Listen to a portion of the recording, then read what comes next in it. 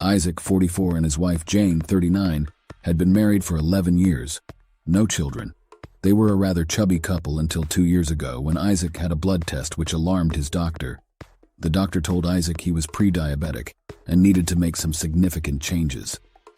This scared both him and his wife to adopt a healthier lifestyle. They both changed their diets for better nutrition and joined the local gym. They began working out at the gym every afternoon, and over the months, they dropped pounds of fat and grew muscle. Isaac felt much better, and after 2 years of consistent effort, he was no longer in danger of becoming diabetic. Isaac and Jane were now regulars at the gym, and he was proud of both their progress. As Jane started getting in shape, she began to attract the attention of many men at the gym, including one arrogant, bald eagle-looking idiot who worked there as a coach. Needless to say, Isaac wasn't a fan of this smooth-headed, sharp-nosed douche. Baldy had a tendency to check out women's butts, including Jane's. Jane seemed to enjoy the attention she was receiving from the men at the gym. One day, Baldy started doing cable crossovers with his shirt off. Isaac turned to his wife to make fun of him, but when he turned, Jane was staring intently, biting her bottom lip. Baldy was looking directly at Jane with a grin on his face. As they were driving home from the gym, Isaac made a comment about Baldy showing off. Jane claimed she hadn't noticed. When Isaac pointed out that she had been staring, Jane dismissed it, saying she didn't remember and must have been thinking about something else.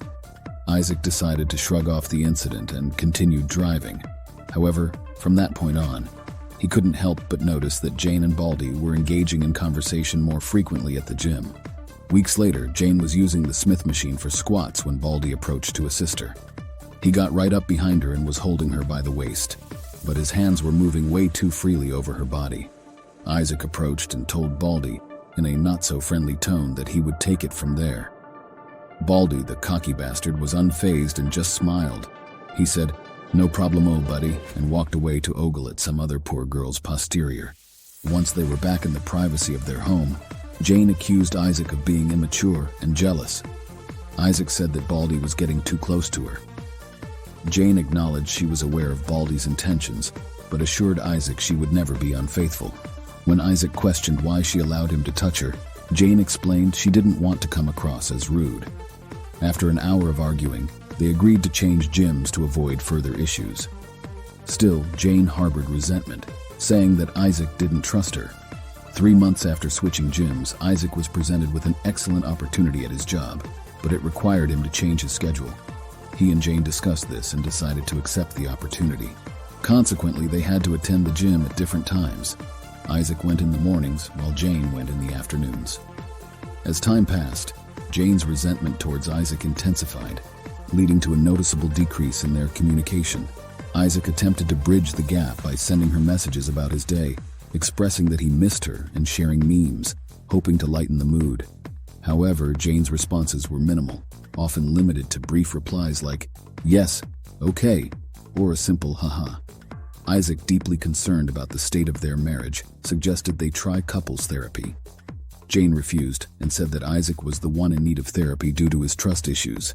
In his desperation to salvage their relationship and believing he might be at fault, Isaac agreed to go to therapy alone.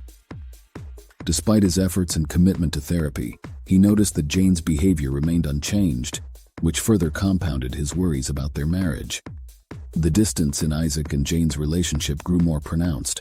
They completely stopped having sex. Whenever Isaac initiated, Jane was never in the mood.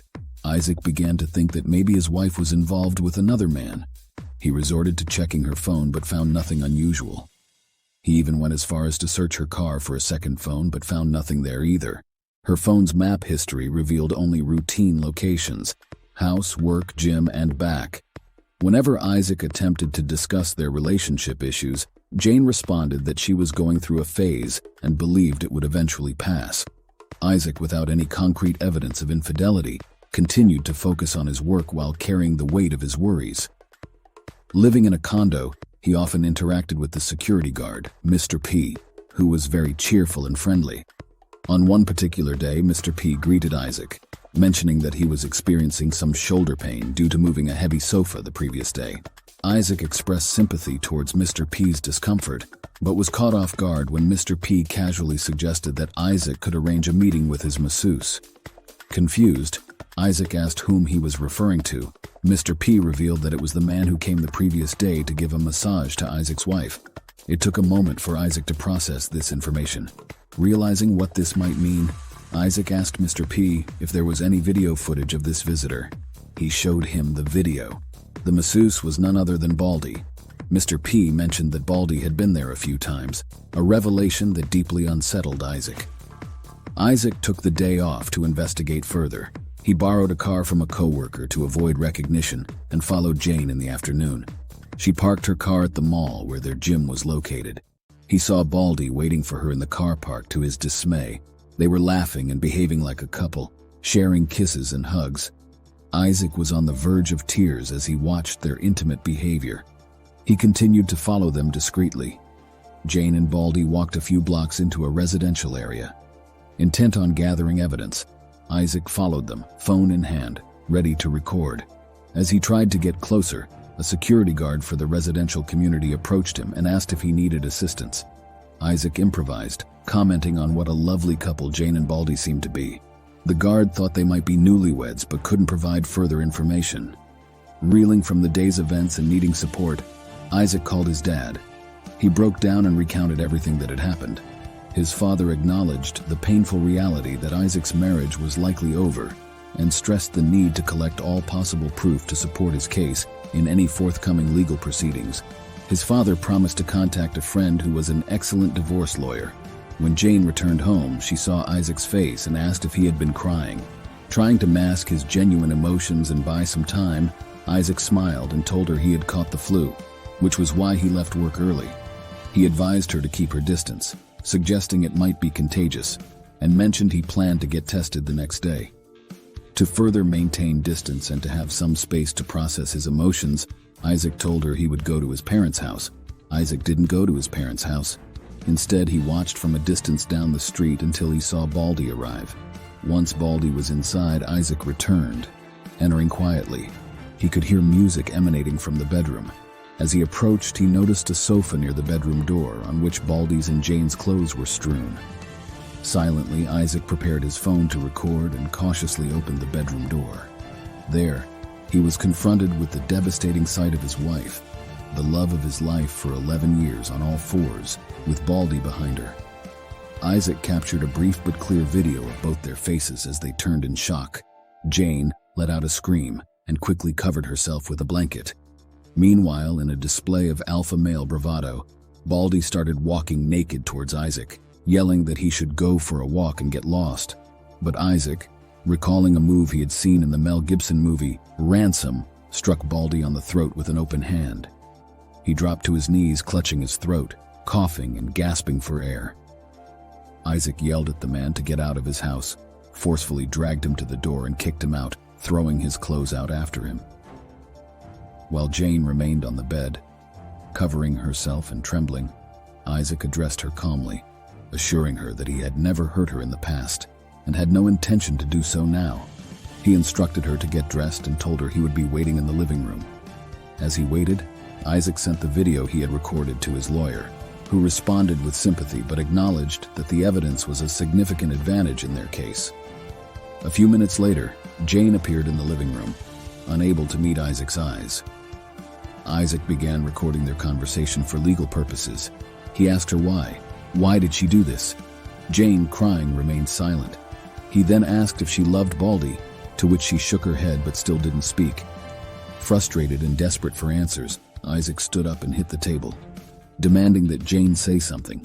Startled by his outburst, Jane's eyes widened, and she began to tremble again like a scared puppy. Isaac had never raised his voice at her before in their 11 years of marriage. He sat down and spoke clearly, informing Jane that his lawyer would be in contact regarding the divorce. He also advised her to get a lawyer. Jane begged him to give her another chance and assured him she would do anything to fix their marriage. Isaac said that their marriage had effectively ended the moment that bald eagle-looking fuck became involved, and that she had made a conscious choice to pursue that path. Her actions were deliberate choices, and now she was facing the consequences. What did she think would happen once he discovered the truth? Faced with silence once more, Isaac instructed her to go to her sister. He didn't want her here. He didn't want to see her face. Witnessing his wife pack her clothes into the suitcase, observing her graceful movements and the familiar little quirks he had always adored struck Isaac hard. Overcome with emotion, he retreated to the spare room, where he allowed himself to give in to his grief, crying intensely. He stayed there, enveloped in sorrow, until he heard Jane leave the apartment. The following day, Isaac found his phone flooded with messages from Jane. In these messages, she apologized and pleaded for a second chance. However, having reached a point of no return and feeling resolute in his decision, Isaac chose to block her number. Isaac moved forward with the legal proceedings. After their divorce, which favored Isaac due to solid legal representation and evidence, their lives took different directions. Isaac found healing by exploring new hobbies and reconnecting with friends. Jane moved in with her sister and faced the aftermath of her actions alone. Isaac didn't know what happened to Baldy. He probably just flew off back to his nest to feed on some rats or some shit. Who even cares? I hope you enjoyed this video as much as I enjoyed creating it for you. Your support means everything to me. If you haven't already, please consider subscribing, giving it a thumbs up, and hitting the notification bell. Until next time, take care and stay awesome.